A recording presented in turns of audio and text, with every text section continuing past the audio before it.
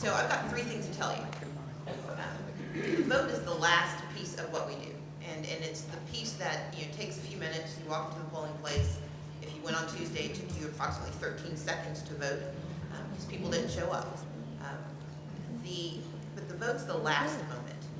But there are three steps before you get there that I think are the most critical, and I think that the work that you all are going to do this year, that you've done for 21 years, is essential to this. And the first is speak up. I have 255 colleagues in the House and the Senate. We don't know enough. We are most of us we're all citizen legislators. Some of us are better citizens than others. And we know what we want to know. And as you know, you picked an issue that matters to you. You're going to go to the thing that makes the most sense to you. The same thing happens for legislators. Don't assume we have any idea what's going on in the world around us. And that's not to chastise my colleagues, it's simply to acknowledge it's a busy world. Everyone has multiple things on their plates. And so the thing we need first and foremost is for you to speak up. You each have an issue that matters to you. Tell us about it. Educate us. Not in a way that assumes we're not going to be with you, but in a way that assumes that we want to know you and want to know about that issue. So first and foremost, we need you to speak up. And that means sending us those issue papers, having the Policy Institute to educate us about what's going on. It's about giving us statistics, making sure we understand how it impacts the communities that we live in. And speak up not just to the people who agree with you, but to everyone. The tendency is you talk to your friends and you ignore your enemies. When you're talking about legislation, you have no enemies. Okay, yeah, you do, but they're not as many as you think. Shelley will tell you that there are the strangest bedfellows that get created down at the Capitol. I mean, one of my dearest friends in the Capitol passed away this year, Bobby Franklin.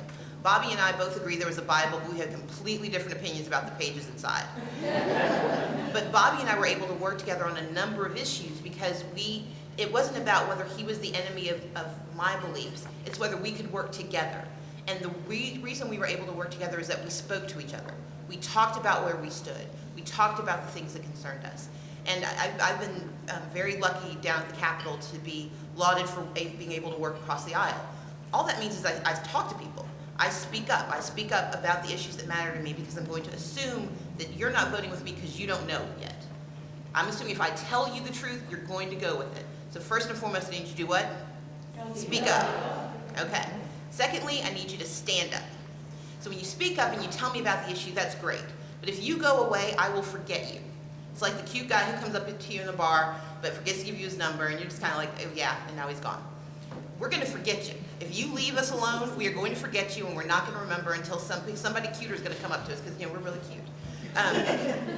So we're not going to pay attention unless you stay there for us. So we need you to stand up. It's not enough to say the issue matters. We need you to do what Georgia Women for Change did extraordinarily well on human trafficking, and what I understand and believe they'll be able to do on senior issues. It's stand up. Stand up in front of us and tell us not only what the issue is, but what we need to do about it. It is not enough to say that there are poor children. Tell us what we should do to help those children. It's not enough to say that the food banks are running out of food. Tell us how we replenish it. Think for us. Give us ideas and stand up and make sure we acknowledge that you said it. So first I need you to what? Stand up. And then I need you to? Stand up. And the third thing, and this is getting to the vote, is I need you to show up. Not just showing up on election day, but showing up all the days in between. Because it's those days in between that matter the most. People who I think disagree with a lot of the policies we believe in, they talk all the time and they show up everywhere. I have more people in my office. When I became leader, I asked my assistant at the time to schedule a time for me to meet with any lobbyist who wanted to meet with me. Because my belief is I can't say I disagree with you if I don't know what you're talking about. So I met with an extraordinary number of lobbyists.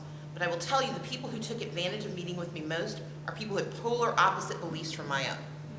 I met with more people who are part of a splinter group of Georgia Right to Life than I have ever imagined meeting with.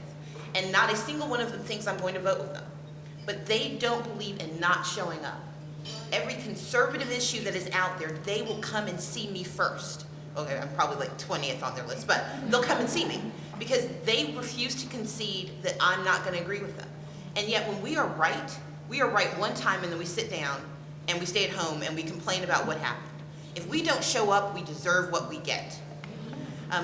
The other side can be wrong 1,000 times until it sounds like truth. We're right one time, and then when nobody says yes, we all sit down and we're like, well, I guess not. We can't do that. We can't afford that. So we need you to show up. Show up in the ballot box, but show up with friends.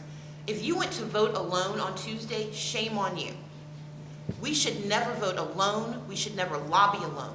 And take the person who tells you, I really don't care. Guilt them, promise them a coffee afterwards, do something, but make them go with you.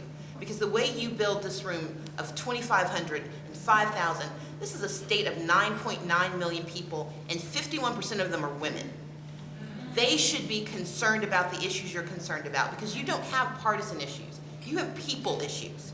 And if we speak up and if we stand up, if we will show up not only at the ballot box, but in our neighbors' front yards, on their emails, and in their phones, and tell them that they have to make their voices heard, that's how change is effective. If you think about all the stupid stuff we do, it is not sua sponte. We don't just make it up. It's because somebody showed up and told us to do it. I need some other people on the other side showing up, because we are about to make dumb decisions on taxes. I'm fairly certain I'm not going to agree with the budget this year. I need your help. We need your help. And if you will speak up, well, you get to do it with me. If you what? Speak up. Stand up, then I get to shut up. So thank you very much.